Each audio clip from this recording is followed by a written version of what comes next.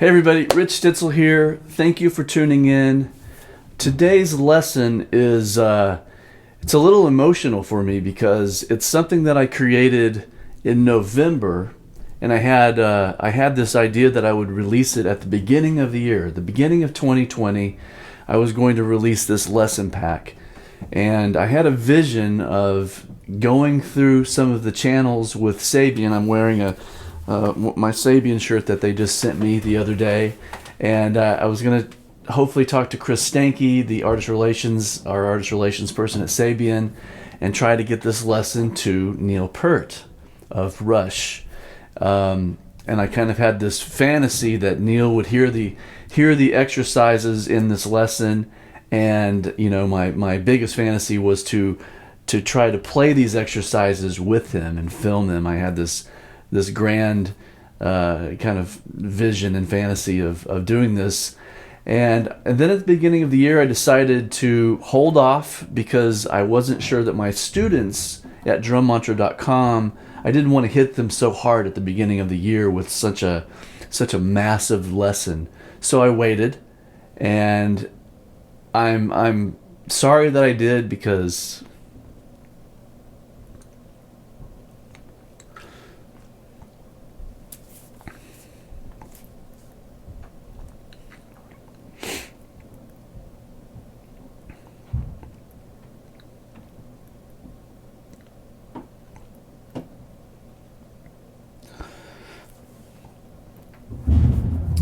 Neil passed away a week ago.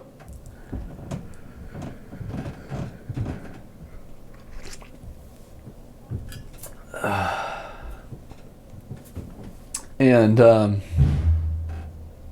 didn't think it would hit me this hard. And it hit the drumming community really hard because so many of us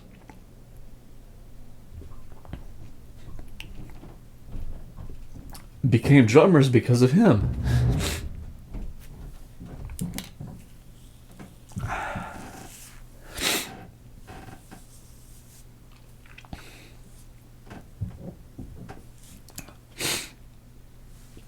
And even though when we become a professional drummer, there are hundreds of people that influence us and inspire us to learn our craft.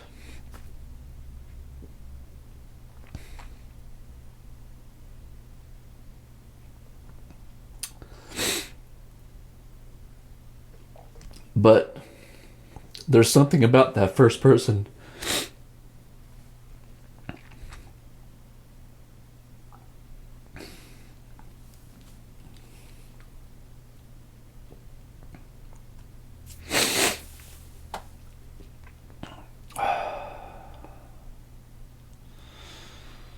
crazy. I didn't think I was going to be emotional about this. Of course, I was in the 7th grade. I started to play the drums and started taking lessons. And in the summer after 7th grade, and then I went into my 8th grade year, my band director was a drummer. So he played me, this was in 1983, and he played me Moving Pictures and played me Tom Sawyer. And he played Tom Sawyer on the drums, and I just was like, I couldn't believe it. And I grew up listening to all kinds of really heavy players. I mean, I grew up in a family of jazz musicians, and I remember being 5 years old and listening to Romantic Warrior, Return to Forever with Lenny White on drums, and listening to the Jocko solo album with Don Elias, or listening to Alex Acuna on Weather Report. So, I grew up listening to lots of super heavy, really great drummers. But it wasn't until I actually took on learning Tom Sawyer, which was the very first song I ever learned on drums, was Tom Sawyer. And as a 13-year-old, brand new drum student, I was very serious and I worked really hard, but to take ownership of a song so iconic as Tom Sawyer And what you start to realize, later in life when you see this whole body of work from Rush, is the drum parts are just so well created. And Neil would play them the same pretty much from the record to the concerts. And so, one of the phenomena was going to a concert and seeing 10,000 people, and half of them were probably drummers, and they're all air drumming the exact fills that are being played. And it was such an amazing cultural experience to be like right in the middle of it and just, have this connection so quickly to something that was accessible, because the drum parts aren't necessarily hard. They're just really brilliantly created and brilliantly crafted in a way that they're very memorable. The reason I have this and the reason I have this in this video right now is because I bought these in 1983 because of Rush, and I still own them. And I've had hundreds of percussion instruments in my life. They've come and gone. For some reason, this has stayed with me the entire time that I've been a drummer. This has been with me since 1983. That's 37 years. That's crazy. And one of the first things I learned on it, besides, just going,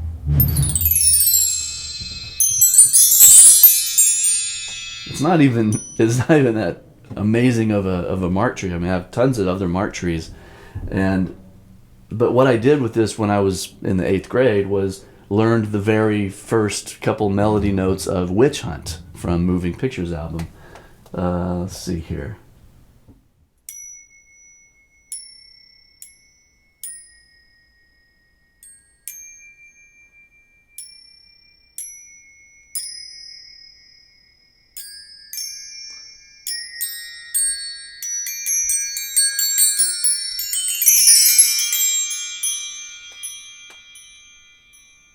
That's it. That's what I did in the 8th grade. But I just thought it would be amazing to pull this back out and have that memory and that connection of this instrument from that period still in my life. This has also been in my life since then. I've had this triangle for that amount of time. I have dozens of triangles. I have really, really good triangles. This, I have no idea where it came from, but I've literally had it my entire life. This is not the beater that I had, but I just grabbed one of the beaters out of my triangle box. And of course, this isn't the instrument on the song, but this is the instrument that I used to think about the rhythm that is so iconic that when I play it, you're going to know exactly the song I'm talking about.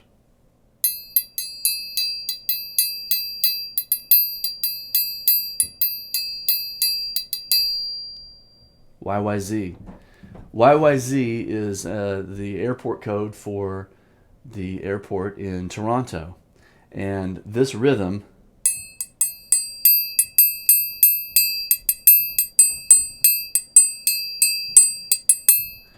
is actually Morse code for that airport. That's amazing. It's such a great rhythm. And that's Morse code. It's a rhythmic language, Morse code.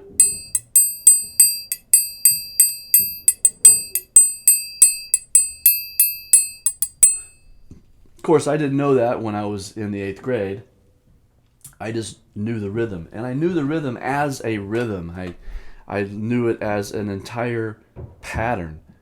The folklore of then, probably some other kid or who knows said, "Oh, that's in 7," or I don't remember what the time signature. I think someone said it was in 7, and so the 13-year-old me was like, "Okay, it's in 7." Bing, ba, bing, bing, bing, ba, bing, bing, bing, bing, ba, ba, bang. I never tried to analyze it. I never tried to put it into.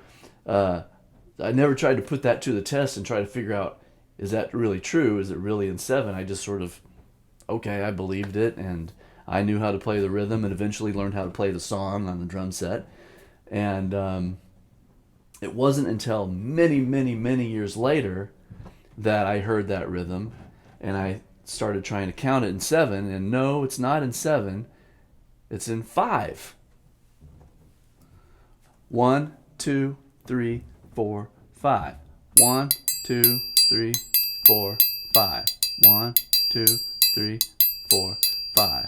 1, 2, 3, 4, 5. 1, 2, 3, 4, 5. Okay, so it's in 5. That was good to know. Just a good piece of thing to replace the fiction with a fact. The beginning of YYZ, the Morse code for the airport in Toronto, is in the time signature 5-4. Great. Okay. Fast forward more years, and the DrumMantra started to come into fruition, started to develop. And I started to study polymetric cycles, cycles of dotted eighth notes, cycles of 5-note groupings, cycles of 5-note groupings. What can happen in a measure of 5-4 is, as 16th notes with the subdivision, you can play every 5th 16th note and get 4 evenly spaced notes across a bar of 5-4. So you're in 5-4, 1, 2, 3, 4, 5, but you're accenting every 5th 16th note. 1, 2, 3, 4, 5. 1, 2, 3, 4, 5. 1. 1, 2, 3, 4, 5. 1. So I started to understand things that we could do to manipulate the time by throwing in the concept of a polymetric relationship. There's something that has the same subdivisions but different durations. A quarter note is 4 16th notes. And then a 5-note grouping would be 5 16th notes. So those things cycle through each other. So in that space of 5-4, you can have 5 quarter notes, or you can have 4 evenly spaced groupings of 5 16th notes. Okay? Then all of a sudden, on a sound check, just recently, like in the fall, Chris Comenti, a bass player I play with all the time, at sound check went bum bum bum bum bum bum bum bum bum bum bum bum bum bum bum bum bum bum bum, and I thought that's in 5, and I was reminded that of YYZ because I hadn't listened to it forever, and I knew it was in 5, and I knew what could be done with it. So I set out to start creating an exercise that would incorporate that Morse code pattern into a DrumMantra style exercise, which, if you've been with me for a while, you know that the DrumMantra groove meditations are usually a 3-limb ostinato, which goes on and on and on, and then the 4th limb goes through a series of permutations. So you're focusing on one limb as the limb that's doing movement, while the other 3 limbs are doing an ostinato. In the case of this rhythm, the beginning of YYZ, the Morse code from Toronto Airport, the 3-limb ostinato is going to be happening between the ride cymbal, the snare drum, and the bass drum. Now, this doesn't happen in the YYZ song. This is just taking that intro rhythm and turning it into an exercise for polymetric coordination. And so here's what we're going to do. Let's first, what I did was, we had ding do dun dun dun do dun dun dun dun do do dun. That's the first phrase. And as you remember in the Rush tune, there's a chord. There's like a little melody happening. That melody I extended to be a 6-measure long phrase. That way we could start incorporating some dotted eighth notes eventually. So it's a 6-measure long phrase of ding da ding ding ding da ding ding ding ding da da one. Right, that. So let's do this. Let's play 4 repetitions of that 6-measure long phrase just on the ride cymbal, just to get that pattern happening. Ding da ding ding ding ding ding ding ding ding. Okay, here we go.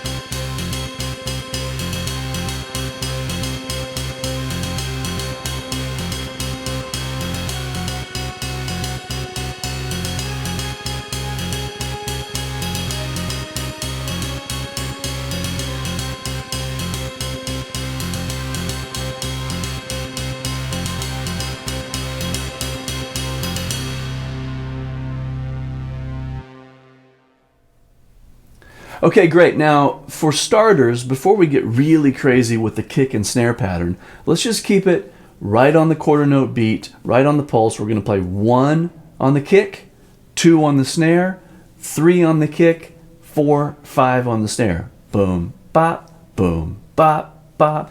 1, 2, 3, 4, 5. So let's just listen to the YYZ phrase, 6 measure long phrase, while we play just that quarter note groove. We'll do 4 repetitions of the 6 measure long phrase. Okay? Here we go.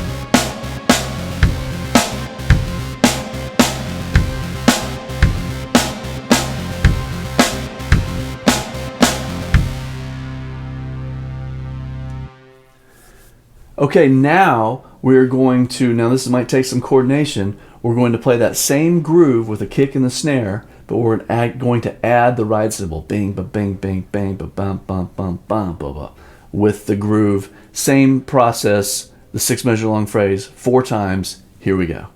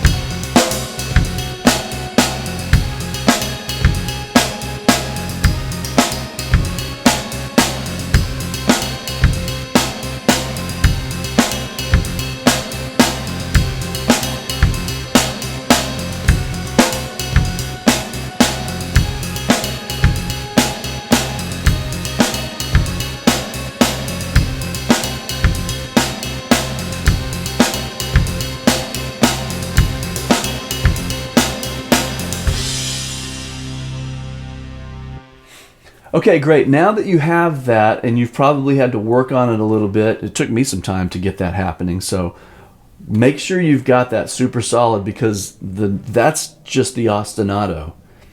Now we get to focus on the actual portion of the exercise that has the movement, the left foot. This is a left foot focused drum mantra groove meditation. So we're just going to go through all the permutations of single note placement with the left foot, starting with quarter notes. 1, 2, 3, 4, 5. Again, we're going to play the 3-limb ostinato groove that we just worked on. And we're going to play quarter notes.